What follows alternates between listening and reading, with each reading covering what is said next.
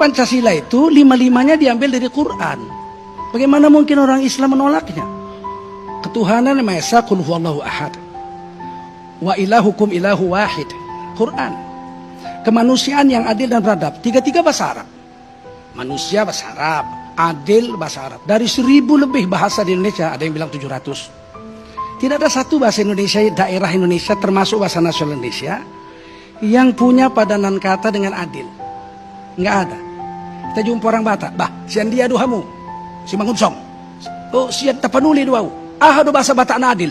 Bahasa Batak na adilon, adil. Apa bahasa Bataknya adil? Adil. Sampean saking putih, pulau saking Solo.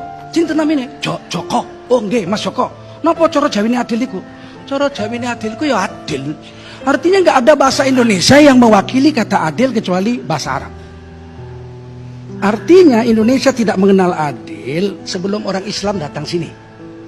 Yang membawa keadilan di Indonesia itu adalah orang Islam. Karena kata-katanya aja nggak ada. Kalau kata-katanya ada, misalnya naga. Meskipun kita nggak pernah jumpa naga, pasti ada naga itu. Sebab kata-katanya ada. Bahasa Indonesianya naga, bahasa Bataknya ulok nagodangi, bahasa Cinanya liong, bahasa Cinanya dragon. Ini mesti ada. Tapi adil dalam bahasa Indonesia 700 bahasa sedunia Indonesia ini dari Sabang sampai Merauke tidak ada. Nah, itu macam mana orang Islam mau menolaknya? Mbak tiga-tiga bahasa Arab, tiga-tiganya dibawa oleh orang Islam.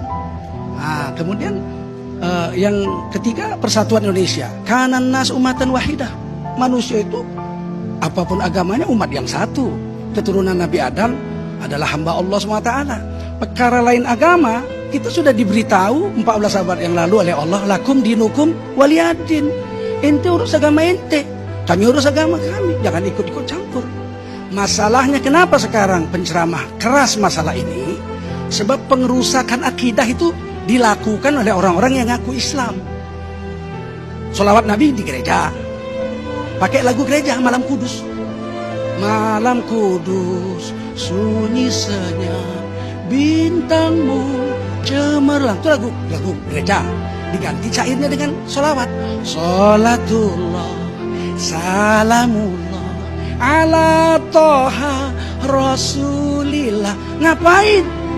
Sholawat di gereja ngapain? Siapa yang mau sholawat di gereja?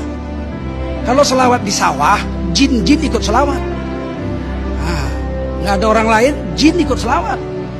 Tapi kalau di gereja ngapain? Di gereja biarin dia nyanyi rohani. Kita ngapain bawa lagu? Mengimport ke gereja, mengekspor ke gereja sholawat Nabi. Dan mereka menganggap itulah toleransi. Kami mengatakan itu bukan toleransi. Itu sinkritisme, pencampur aduan agama. Padahal udah jelas lakum dinukum waliyadin. Ente mau nyanyi malam kudus sampai pagi silakan. Tapi saya nggak mesti ngikuti ente. Ini satu. Undang-Undang Dasar 45. Ini Pancasila Undang-Undang Dasar 45 ini final. Justru sekarang ini ada sekelompok orang yang mau mengkhianati Pancasila dengan menyerang orang yang Pancasilais secara religius. Misalnya, negara menjamin tiap-tiap warga negara untuk memeluk agama dan menjalankan agamanya masing-masing. Itu kan pasal 29 ya. Negara menjamin tiap-tiap negara untuk memeluk agama garis miring kepercayaan dan menjalankan agama garis miring kepercayaannya masing-masing. Menurut agama kami orang Islam, memilih pemimpin harus orang Islam. Itu agama yang perintah, ayat Qur'annya banyak, hadisnya banyak. Nah, secara bernegara kan ini negara demokrasi, negara Pancasila, banyak suku, banyak agama. Kita nggak pernah nolak dicalonkan. Ahok dicalonkan jadi gubernur, kita nggak nolak. 70% orang Islam lebih di Jakarta ini Islam. Di Sumatera Utara Sihar Sitorus dicalonkan 70% lebih orang Sumatera Islam. Kita nggak ada yang nolak. Mana? Di mana ada orang Islam nolak, orang lain agama dicalonkan jadi pejabat, jadi pemimpin, nggak ada yang nolak.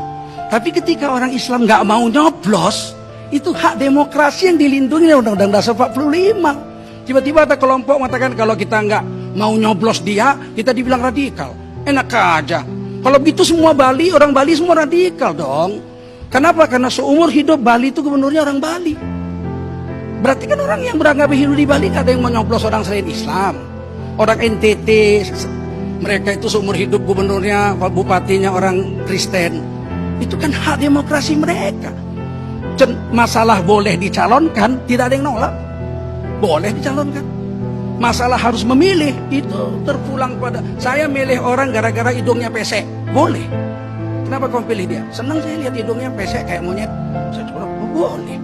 Nah, kenapa saya pilih dia karena seagama dengan saya nggak boleh? Terus dituduh radikal. Aneh sekali. Nah itu NKRI Pancasila Undang-Undang 45 itu sudah final bagi kita orang Islam. Sampai segini saya tutup begini. Kesimpulan saya ini kesimpulan saya. Ustadz-ustadz yang dituduh radikal ini adalah ustadz yang tidak setuju dengan rezim yang berkuasa saat ini. Coba kalau saya besok dukung Pak Jokowi kayak Ali Mukhtar, insya Allah saya terkenal lagi. Tapi nggak akan saya lakukan. Buat apa itu? Kami ulama lurus saja. Lurus saja. Siapa yang akan dipilih? Yang soleh. Tadi kan ceramah saya bilang. Siapa yang dipilih? Pilih yang soleh. Yang soleh itu menurut saya, menurut Bapak ini, menurut Bang Karni. Kalau menurut Bang Karni tidak soleh, tak usah dipilih. Di mana salah pernyataan saya? Pilihlah presiden yang soleh, pilihlah DPR yang soleh. Di mana salahnya?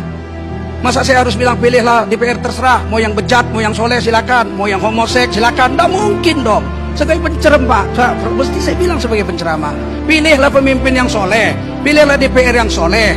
Kalau DPR mengaku Islam piara anjing, gak usah dipilih. Kalau kan hak saya. Kan hak saya calon DPR piara anjing ngaku Islam, saya nggak mau pilih. Itu hak saya. Terus saya dibilang ekstrim. Innalillahi wa inna ilaihi raji'un. Itu aja lah saya bilang. Terima kasih Bang Arni. Baik.